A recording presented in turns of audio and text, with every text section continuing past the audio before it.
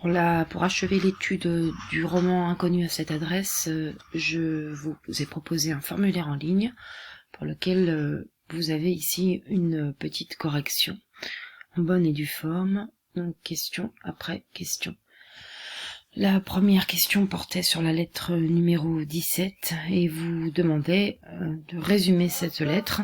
Alors bien entendu, pour procéder au résumé de cette lettre numéro 17, il était nécessaire de la lire 1-2 fois. Vous pouviez donc remarquer que cette lettre était écrite par Martin à Max. Alors dans cette lettre, Martin dit à Max que sa vie et celle de sa famille sont en péril. Il lui dit qu'il n'a rien pu faire pour permettre à sa sœur d'échapper à l'arrestation des nazis.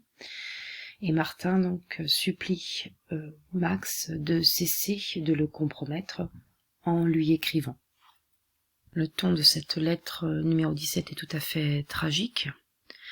La première phrase indique justement la tonalité de la lettre. Te rends-tu compte que tu es en train de me détruire? En même temps, Martin montre aussi sa colère. Il parle de la folie de Max. L'adjectif terrible également montre jusqu'où Max est prêt à aller. La fin de la lettre corrobore cette dimension tragique. Je t'en supplie, cesse.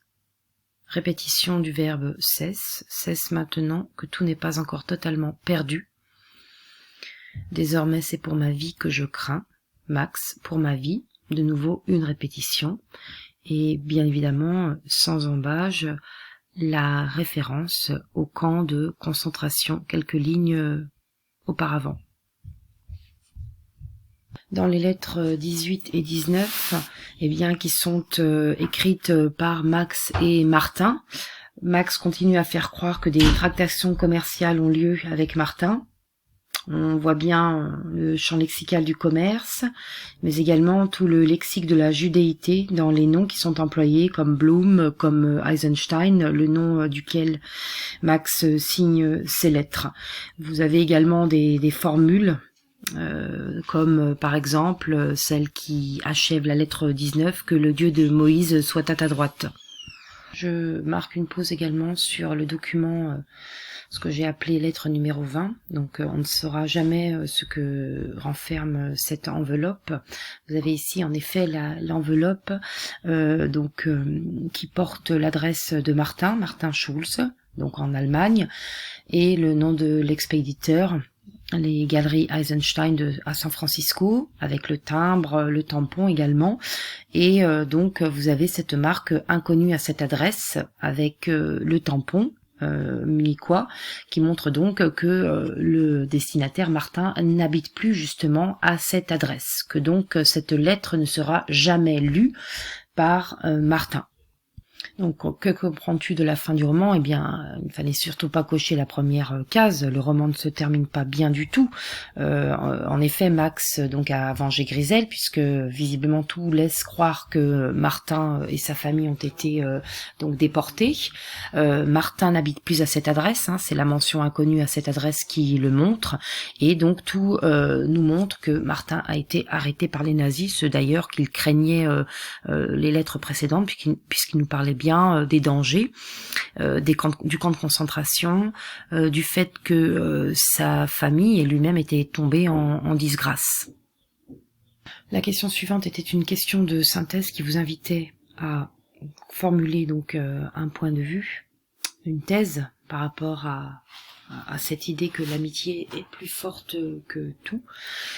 Vous deviez donc écrire un paragraphe argumenté qui vous permettait également de réutiliser les connaissances sur le roman. On attendait de votre part une réponse développée, une réponse argumentée, une réponse illustrée d'exemples précis, avec bien évidemment des connecteurs pour structurer cette réponse, avec une introduction et une conclusion. Donc là, c'était à vous de prendre parti, mais bien évidemment, le roman Inconnu à cette adresse vous était un exemple qui montrait que justement, Martin, s'étant laissé totalement emporter, embrigadé par l'idéologie nazie, a fait fi de ses années d'amitié avec Max, et que donc la politique, l'idéologie, eh bien, a été beaucoup plus forte que cette amitié. Et je pense que vous n'aviez aucun mal à démontrer cela, notamment de par la fin et de par l'évolution dans les relations entre les personnages. Donc il fallait établir un brouillon, prendre position par rapport à cette affirmation, chercher différents arguments, différents exemples tirés du texte. Vous aviez le texte donc au format numérique, vous pouviez également citer des passages.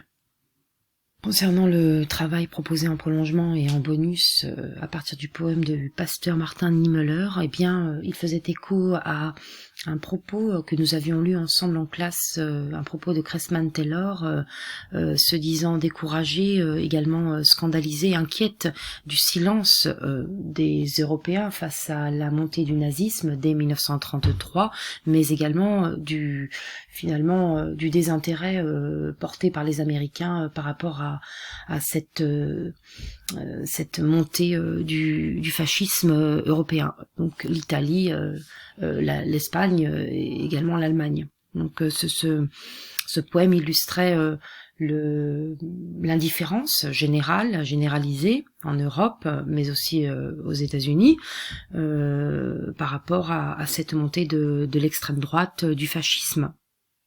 Et cette indifférence dans le poème de Niemöller est corroborée par les répétitions je n'ai rien dit, qui sont assénées comme un refrain dans l'ensemble du poème.